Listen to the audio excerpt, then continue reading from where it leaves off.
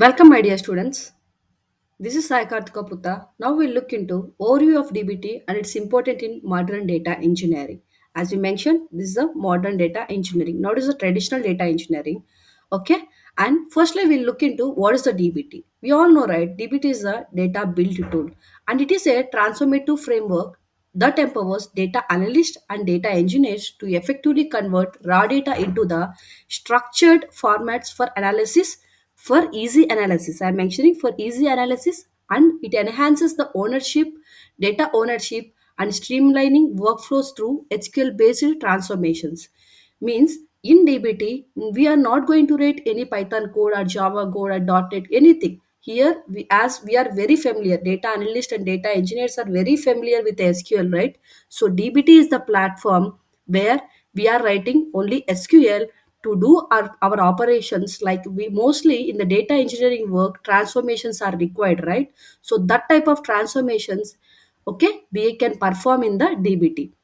So we'll look into what kind of transformations we are doing in the DBT. How special is the DBT? Because this kind of transformations we can do any tool, right? We have the Azure Data Factory where it can do, it acts as a ETL tool. There also we can perform the transformations.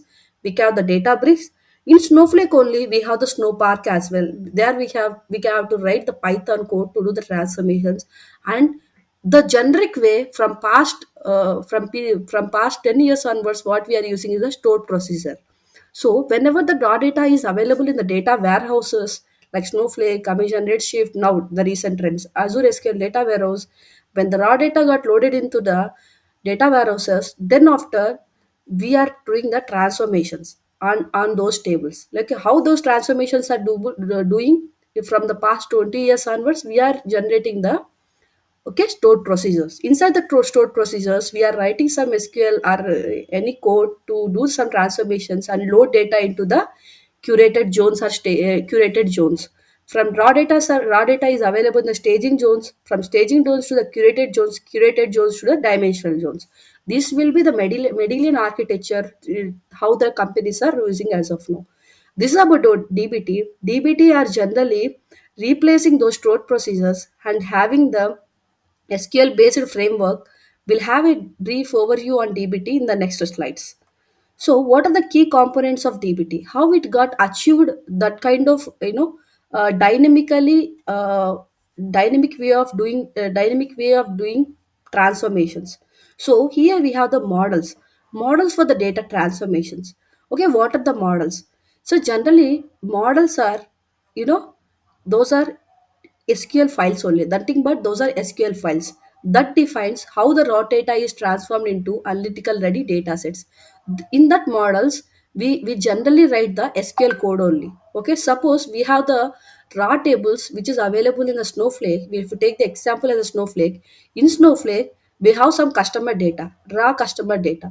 In that customer data, we have customer information and the product information, how many products got sold, what is the total price, and also the shipping detail. The entire data is available in that customer table. So we are taking that customer table as a raw information. In this model we'll have some CTE. CTE is nothing but common table expression. We'll have all this detailed explanation in the next videos. So in the CTE we'll select only the product information. Maybe that is a product product curated table where we are picking product information from the customer table. Select product ID, product name, product category, and how many product are sold. Like kind of information we'll pick, and we'll store that product information in the product curated table. So this is a kind of simple model which is available in the DBT. So the model will be extension of .sql only. So you got some idea, right? What is the model? Generally it is promoting the modularity, and mainly it is reusable. The code which is writing in the model is the reusable. We can use the model which we have created as of now, curated product, in the next in model as well. And it will reduce the code duplication as well. As I mentioned it, we can reuse the model as well. So we wrote one CTE and we are using that CTE in the other model as well. That is very better maintainable, right? That is easily maintainable one. And also DBT has testing.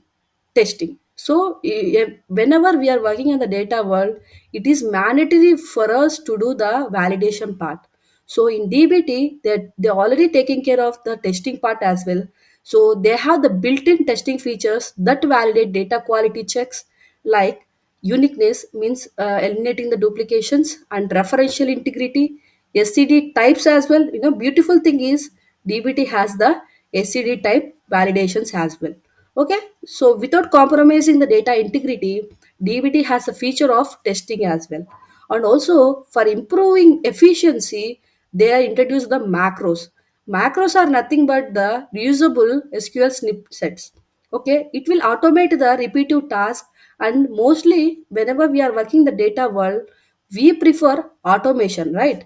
We prefer automation, and also we prefer the dynamic parameterization. So by using macros, we can achieve the dynamic parameterization as well. So these are the very main key components in the DBT world. So, in general, traditional data engineering versus data engineering, most of the work involved in the transformations. One is the data integration and data transformation. So these are the very important major tasks we are doing. So DBT makes our job very easy to transform our raw data. So it has the enhanced data integration efficiency by having the above features, by using the above features. As I mentioned, so we have the modular development by using the models, automated testing by using the test cases, and the integrated documentation. I'll tell you what is the documentation part here, which collectively reduced manual errors and improved collaboration among data teams compared to traditional rigid methodologies. I'll let you know what is documentation here. In general, so whenever we are working, suppose I'll give you one example, like data integration tools like Data Factory and other tools. We have the drag and drop things, right? We have the pipelines like boxes. So, firstly, this is the source, and here we'll do some transformations, and this is a destination. Likewise, here in DBT as well, we have the lineage graphs. What are the lineage graphs? Suppose, firstly, we created one model which is reading the customer table. Okay, that is one box. And after that, we are reading one more table called product table, that is the raw data product table. And we are joining both two, then it will prepare one more model, and later on we splitted that into the dimensional table. Like that, whatever task we are doing in the DBT, it will prepare the lineage graphs by default. So because we have that much of visibility, whatever we are doing, so the lineage is a very important feature in DBT, that is very useful also. So that how the traditional data engineering differs the DBT data engineering. So importance of DBT in modern data engineering. So I already explained how much DBT good take over the changes in take over the changes in the existing data engineering. Transformative data tools. Data revolution, data engineering by enabling efficient, scalable, and collaborative data transformation process, ensuring high data quality and governance while seamlessly integrating with cloud infrastructure to support modern analytical needs. We already discussed it, right? So we have that high data quality by using the testing which we have, and also collaboration by having the lineage graphs which are available in the document section, and governance part also. And here mainly they are mentioning the cloud part. So DBT core is the on-premises one, and DBT cloud is which is available in the cloud. So most of the companies, based upon their requirement, they'll choose a DBT source or DBT cloud. So, but DBT core is the open source one, DBT cloud is the paid version. Okay, clear. But also few features differs from both two. We'll have some other session to explain those things. Benefits of using DBT. Okay, streamline data transformations. And here the data is sitting on top of that database only. If we have that adapter for this DBT, for DBT, we took the Snowflake adapter. Adapter means the correction. Then data is sitting on that Snowflake only. That is not coming to the DBT and doing the transformations and loading into the Snowflake again. That data is sitting top of Snowflake, and we are doing transformations on Snowflake tables and creating the views or tables with respect to DBT. Okay, clear. So what are the benefits of? So the data is available in their database only, and we are doing easily transformation by using the SQL code. Okay, that is a modular code which reduces which is the automated one, and also which accelerates the workflows and enable faster delivery of insights, and freeing up resources for more complex analytical tasks, because most of the dbt code is reusable code, and robust quality assurance, because we have the testing, right? So it is a very risk free, and also we have the lineage as well. So by using the comprehensive documentation, we can have the data lineage for the faster troubleshooting and finding the errors as well. So role of data transformations, so where DBT fits in the data stack. Okay, generally we'll get an idea why DBT. I already mentioned. So where this DBT fits in our projects, whether our project is suitable to do the DBT or not. Okay, wherever heavily data transformations are required, at the time we can suggest DBT is the very good options, because it is mainly focusing on transformations doing on the raw data.